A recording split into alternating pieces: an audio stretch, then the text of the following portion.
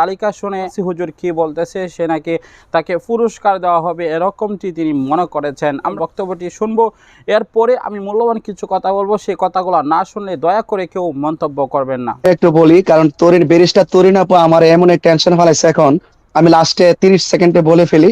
কারণ বলছেন টপ তালিকায় 5 জন, ওই যে রাত্রে একটু ঘুমামু শান্তিতে, আবারও টেনশন ফেলাই দিল। টপ তালিকায় 5 জন না জানে আবার কোন ঘটনা আবার নিয়ে আসে আমার জন্য, মানে আল্লাহ ভালো জানে। তারপরও আমি অনুরোধ করব কোন ওলামায়ে কেরাম একটু ঢেলে চা খেয়ে ধোয়া যান।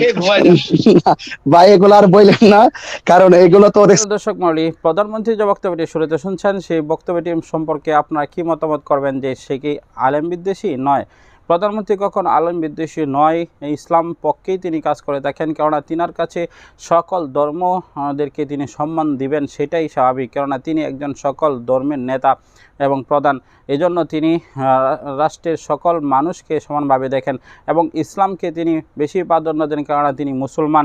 কেননা কিছুদিন আগে দেখা গিয়েছে যে ইসলামের বিদ্বেষী কথা বলার কারণে সেই মুরাদের কী অবস্থা হয়েছে, সে থেকে আমরা প্রতিমান হই যে প্রধানমন্ত্রী আলেমদের পক্ষেই রয়েছে।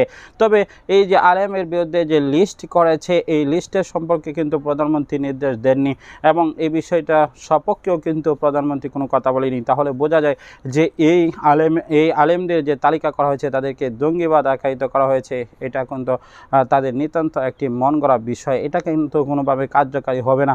আলেমরা কখনো জঙ্গি নয়।